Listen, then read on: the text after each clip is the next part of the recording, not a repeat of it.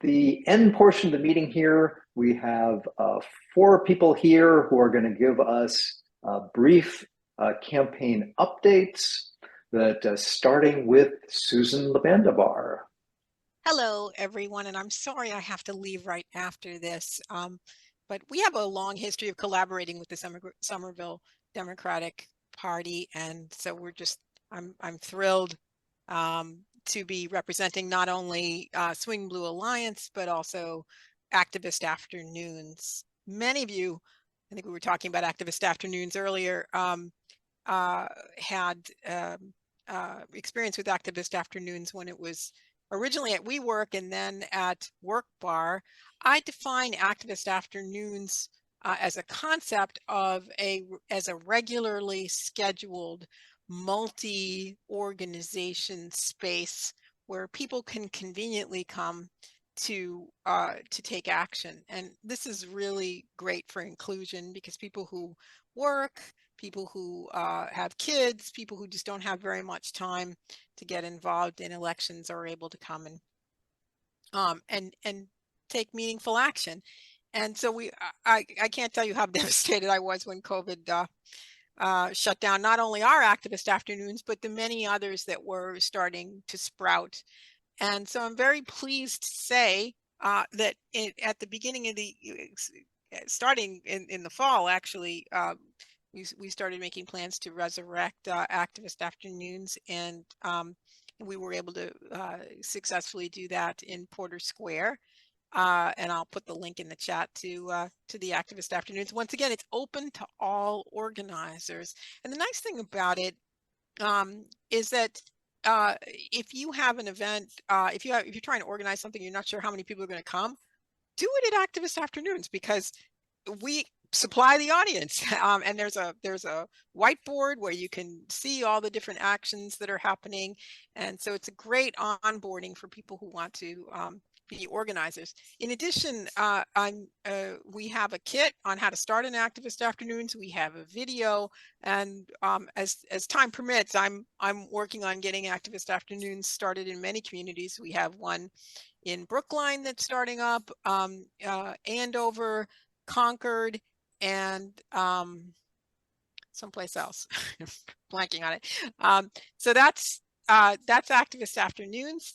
And then in the meantime, Swing Blue Alliance, which used to be called Swing Left Greater Boston, is the largest grassroots organization of its kind in New England. And we are working with organizations across the country to do several things. First of all, we're the only volunteer-led grassroots organization that has a research department, and we are doing randomized controlled studies on our efforts and also helping others do RCTs. In addition, we have started amplifying the voice of volunteer grassroots groups across the country. And that's in fact where I have to go now. We have a national meeting of the Grassroots Collaboration Project. We recently started a Substack. And in case you're wondering about the value of these efforts, I don't know how many of you read the New York Times article that said that the grassroots was burned out. But many people I knew were just fuming, and some people canceled their New York Times subscriptions. This was very recently. And when you have an organ that can amplify the grassroots, we were able to quickly, put something together and really, fight back. And we've ended up talking to the author of the article, and so that's what happens when you try to build power. Finally, I just wanted to say that you can go to our website and see some of the things that we're doing. But we do very collaborative phone banking with groups across Massachusetts, and we do a lot of different letter writing and postcarding events. We're currently doing a nonpartisan project with the Civic Center to register high school students. And and we do fundraising, and you'll see there's a lot going on. So I'll put a few links in the chat, and I apologize that I have to leave. But thanks to Jim for giving me this opportunity, and we'll see you soon. Thanks so much, Susan. We very much appreciate all your work and appreciate having you here. All right, so the next brief update we're going to get is Mark Niedergang, who's going to tell us a little bit about All In for North Carolina. Thanks, Jim. Can everybody hear me okay? Great. So I've been a member of the Democratic City Committee here for over 20 years, and I served 8 years on the school committee and 8 years on the city council representing Ward 5. But I want to talk to you about why North Carolina is so important for the future of the United States and the world. We can win North Carolina for Joe Biden this year. He only lost it by 1.3% in 2020. And I am now putting a lot of my time in as a steering committee member of an all-volunteer organization, All In for North Carolina. We help Democrats win elections in North Carolina. We work closely with community and civic organizations there, Democratic elected officials and candidates, and the Democratic Party. I totally love these wonderful North Carolina folks we work with, very diverse. They're fighters, and they're getting totally screwed by the Republicans down there, so they need a lot of help. We do phone banks, fundraisers, and educational programs about politics in North Carolina, all of them on Zoom. We'd love to have your participation and help. We're affiliated with and work closely with Susan Labandibar's great organization, Swing Blue Alliance. We all are part of an enormous national movement of many small and large, mostly all volunteer organizations with tens of thousands of activists based in blue bubbles like ours, working remotely to win elections for Democrats in key swing states. That's why one of the big reasons why Democrats keep on winning. So I've been doing this work with All In for North Carolina since 2020. Biden lost there by only 75,000 votes, 1.3%. It was the state by which he lost the least. He lost by the least in North Carolina of all the states. And the Biden campaign is investing heavily there. North Carolina has 16 electoral college votes, one more than Michigan. And we believe that it's extremely winnable this year for Biden, for Josh Stein, the likely Democratic candidate for governor, and other statewide and legislative candidates. One of the reasons we're optimistic is because there has been tremendous reform and turnover in the leadership of both the state Democratic Party and the Mecklenburg County Democratic Party. That's the greater Charlotte area. They both have dynamic, young 26-year-old party chairs now. Reformers, organizers who are raising lots of money, hiring staff to organize, reach out and talk to voters. So we're working closely, especially with the Mecklenburg County, the Charlotte area Democratic Party. And that's because Charlotte, while it's heavily Democratic, has terrible voter turnout, 5 points lower than the statewide average in North Carolina and 10 points lower than the Triangle. It's a liberal area, but people just don't vote. So we're working closely with the Mecklenburg Democrats to help them dramatically increase voter turnout. So we've been very successful in that. We won some elections last year for them. They told us that we won them for them by phone banking and recruiting volunteers. And that's the main thing we're doing. We're running a Sunday night phone bank. We're also having that phone bank at activist afternoons. And we're calling strong Democrats in the Charlotte, North Carolina area and inviting them to a social event at a brewery, at a cafe, at a wine bar, to meet other Democrats and leaders in the Democratic Party there. And then those folks try to recruit them to be volunteers, and they were very successful in doing that last year. So we're scaling it up, and we'd love to have your help on this phone bank on Sunday nights. I'm going to put the link in the chat. And we're also doing a big fundraiser on March 6th with Deval Patrick as the headliner to raise money to register 40,000 voters in Mecklenburg County in the Charlotte area in North Carolina. So I put the links in the chat for these. Please don't hesitate to contact me. I also put my contact info in if you'd like to help us win North Carolina for Biden and other Democrats. And this would really be it would transform the whole presidential map because the Republicans need South North Carolina to win the presidency. Democrats actually don't. If Biden can win it, there's really not much of a path to the presidency for Donald Trump. So that's why I'm spending my time working with these lovely people in North Carolina. And thanks, Jim, for having me and for your attention. Thank you so much, Mark. And we're going to have a brief update, thinking again about how we in Somerville can influence these important swing states. And we're going to talk in just a second about what we're going to be doing around New Hampshire. But with another swing state effort, over for a quick word from Bob Massie. Hey everybody, so great to see so many friends and to hear us all gearing up for so many important efforts. I want to mention something that hasn't fully taken form, but I wanted to alert you to it. And that is a ad hoc organization that I'm pulling together called Road Trip for Democracy. The idea is pretty simple. We all know that Massachusetts can have a tremendous influence, and many of us have gone to a local swing state in New Hampshire on day trips, but this year, as we've heard, it's going to be necessary for as many people as possible to visit swing states that are beyond a single day's drive. And my experience led me to conclude that people are really generally willing to consider this, but often they're not asked until fairly late in the process, until the summer or even Labor Day. And then by then, people are pretty full with what they're doing in October. So I've put together a website for Road Trip for Democracy. It isn't live yet.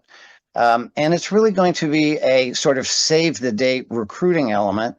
That will then, I hope people will say, okay, I'm willing to look at my calendar now in February and March. I'm willing to block out some time.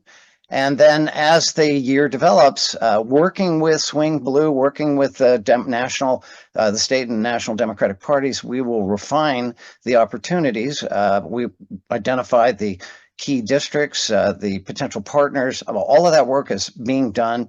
So in a way, what I'm putting together is a feeder for a feeder, but doing it fairly early. And so I will let you all know through Jim and others. It should be live in about 10 days or 2 weeks. It'll explain, there'll be an FAQ, there'll be a sign-up form. If you sign up, you are not committing. You are simply saying you're going to consider this, you're going to look at it, and then you will receive periodic updates, both from Road Trip for Democracy and then eventually from the organizations to which we hand over the lists and resources, which may very well be Swing Blue or some combination of groups.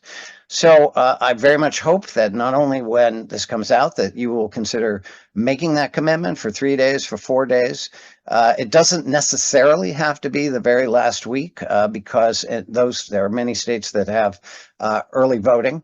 And so the key thing is to be able to go. And I also want to mention something that Susan Labandibar has pointed out. There will be other trips earlier that folks are organizing to key states. There's one coming up in Arizona. There's one coming up in Pennsylvania. Those trips are important too because you need to register people to vote before you can get out the vote.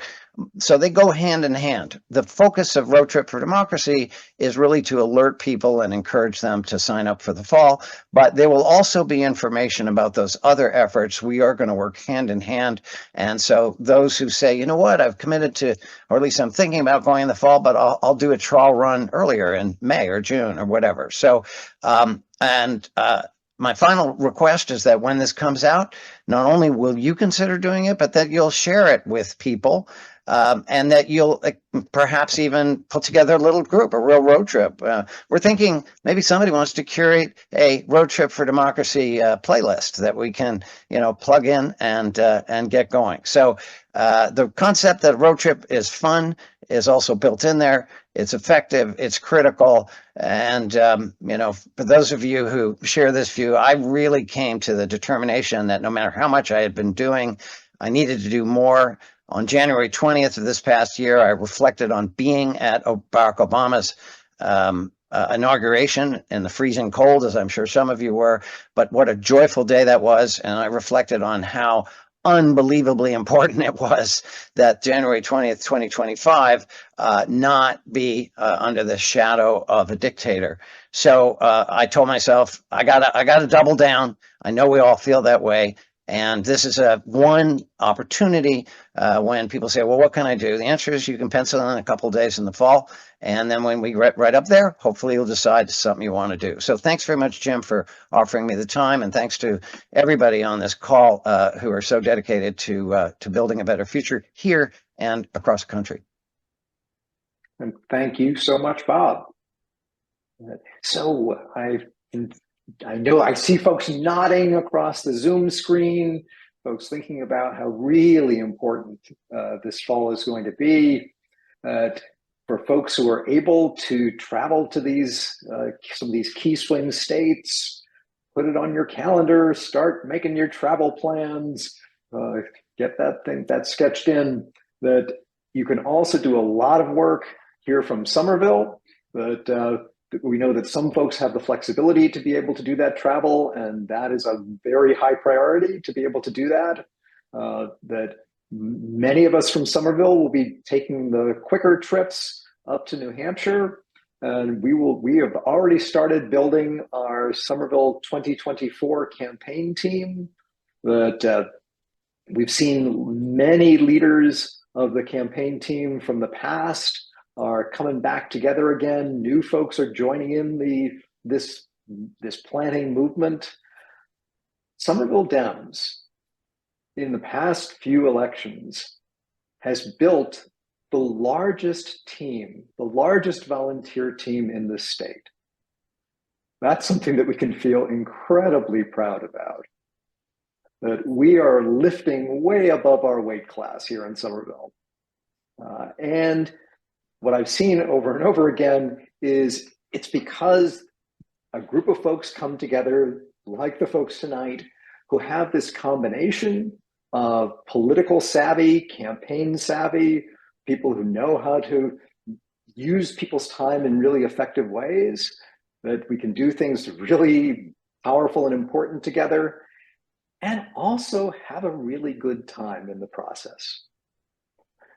Create the kind of environment when we're getting together to carpool up to New Hampshire, when we're doing phone banks, where folks feel really connected, where folks feel known, where folks are here for the campaign, but are also here for each other, because that's how we're able to really keep our energy going to do this very, very important work. So whether you are somebody who is the person who gets on the phone, whether you're somebody who knocks on the doors, whether you're somebody who bakes the cookies, whether you're somebody who puts together effective communications to draw people into these events, whether you're somebody who can get into the data and help process the data that makes all of this run. There are many, many ways to get involved. So let me, if you want to be part of this early planning team, then let me know. We're having meetings. We just had a meeting very recently. We're going to be having more of those meetings. This is a hugely important and exciting thing that we do together as Somerville Dems. So there's a chance for everybody to be part of this. So we have one more campaign update or issue update that Terry from Sunrise Movement has been nice enough to ask for just a few minutes of time to be able to tell us about some things that are coming up there. Thank you so much. Can you all hear me? Perfect, great. So my name is Terry. I use he, him pronouns. I'm involved in the local hub here, the Sunrise Boston hub. And I'm also joined by my fellow Sunrisers, Eva and also Drew. So I have a quick presentation. Obviously, as we're kind of short on time, I might kind of go a bit quickly through the slides. So if you prefer that I send the slides later, I'm more than happy to do so. Is it cool if I have access to share my screen, if that's okay? And Terry, you'll have about 5 minutes. 5 minutes? Okay, that's good to know. Okay, perfect. So I'll make sure to keep this short and quick. All right, here we go. And great. And let me just, all right, good. And just go to present view. Perfect. Here we go. All right. So in the past few months, our hub, the Sunrise Boston Hub, has helped formulate the Green New Deal for Somerville. So just as a quick background, we've been around for this is our 7th year as a movement. We were one of the first hubs here in Boston. Because the way our government is structured, obviously, we have to work at all levels of government to make the Green New Deal a reality. And we really got a big boost in 2021 when we endorsed Michelle Wu for mayor of Boston, and we helped formulate her Green New Deal plan. In fact, Eva really took point in that, so she drafted a lot of many sections that ended up being in the final draft. And then when we heard about the Somerville Climate Forward initiative, we really liked what we saw, so we figured we could try to submit our Somerville Green New Deal for that to really refine and take the initial climate forward goals to the next level. So so the plan itself has both ordinary and visionary policies. So the ordinary stuff, simple things like putting solar panels above parking lots, and then visionary is taking the actions to the next level. So making sure we can get better transit service. And for that, that's going to require collaboration. Some of these will require home rule petitions, others making sure that the appropriate agencies have the funding and the resources needed to implement this. And we're going to give a quick overview. So these are some highlights of our plan that we're going to require parking maximums. We're going to make sure that new construction requires green zones. We also have other visionary stuff in here as well, because many of these crises are interconnected, the climate crisis, the housing crisis, and especially the transportation crisis. We also incorporate other ideas as well, such as the free right to counsel for tenants, and to ensure that their units are environmentally friendly and have their environmental needs met.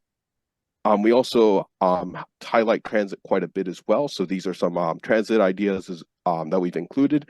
And we also want to think about maybe having some car-free districts in Somerville, because there are many places that are walkable, but they may not necessarily be easy to get to due to the amount of cars all over the place. We also are supportive of making sure that there are plenty of EV chargers. So for folks who have EVs, they're able to charge them easily within Somerville, and that the EVs are from 100% renewable energy sources.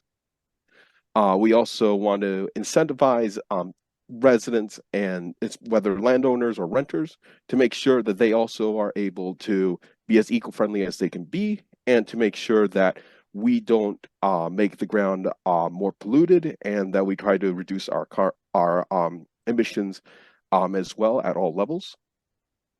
And we also have other things as well. So the Blue New Deal, that's specifically environmental policies to help waterways and aquatic areas, to make sure that they get the they get the attention that they need. We also want to make sure we can use the existing tree canopy and make sure that we try to reduce the heat island effect, because that's definitely a very big issue all around the greater Boston area. And we also want to be innovative. So obviously these will require some jobs to be created, and we want to make sure that these are good, well-paying jobs, and that the people who are hired for these jobs get the adequate benefits, the adequate pay, and also the right to organize. And we also want to push forth more community compost, because a lot of waste that goes in right now that can be easily be composted, and that can help our environment. So we have that as well. This also goes to the jobs I mentioned earlier. And we also want to try to get 100% renewable energy in Somerville. So our goal right now is to make sure the city can be carbon neutral by 2030, and then by 2040, the city doesn't even need to use carbon credits to be 100% carbon neutral. And we also want to emphasize environmental justice in our plan, because many times when climate policies are implemented, we often forget about certain communities, especially marginalized communities, Black communities, Latin communities, and we want to make sure that the communities are all getting the climate benefits equitably and so forth. So we have these justice audits. And then we also have heard from other groups, Carbon Free Somerville, the new coalition for the Green New Deal for public schools here in Somerville. And we want to make sure that our plan is compatible with their plans as well. And then we also, and this is more like practical stuff, so the solar panels I mentioned earlier, and making sure that these are good paying jobs and that the people who are going to be employed in these jobs are compensated fairly and have their organizing rights respected. And then we also have some of the more visionary policies as well. So I'm working with MAPC to electrify buses in Somerville to make sure that emissions from buses are reduced. And we also want to make sure we stop new natural gas projects. So that way, going forward, all projects will not use natural gas. And we also want to make sure that the municipal carbon, so the footprint from the municipal government is carbon neutral by 2025. So from the government side. And we also, going off the Blue New Deal, we also want to implement a ocean climate action plan for the waterways. And we also want to replace the water and sewer fee structure to make it more equitable. And that's basically the gist of it. Myself, Eva, and Drew are more than happy to answer any questions. Well, thank you so much, Terry. Really appreciate your being here and giving that overview of some of the issues that you're working on. All right. So thank you, everybody, for being here tonight. It is always fabulous to be in a Somerville Democratic gathering and to hear about all the amazing work that so many of you are doing, and to be coming together to do this work together so that we are really advancing policies that make a real difference in people's lives in Somerville and all across the country. So we will be seeing each other next at the caucuses, which will be coming up in mid-March. So we look forward to seeing folks who are part of your board committees at those caucuses. And we will be coming back together for other citywide events as well. Yes, Diane. Have all the caucuses been set? I've only seen 5 and 7 listed. Yes. That the others are coming together on March 14th at 7 p.m. at the high school. Thank you. Of course. All right. So thank you to everybody. Fabulous to see you all, and look forward to seeing you again soon. Have a fabulous night.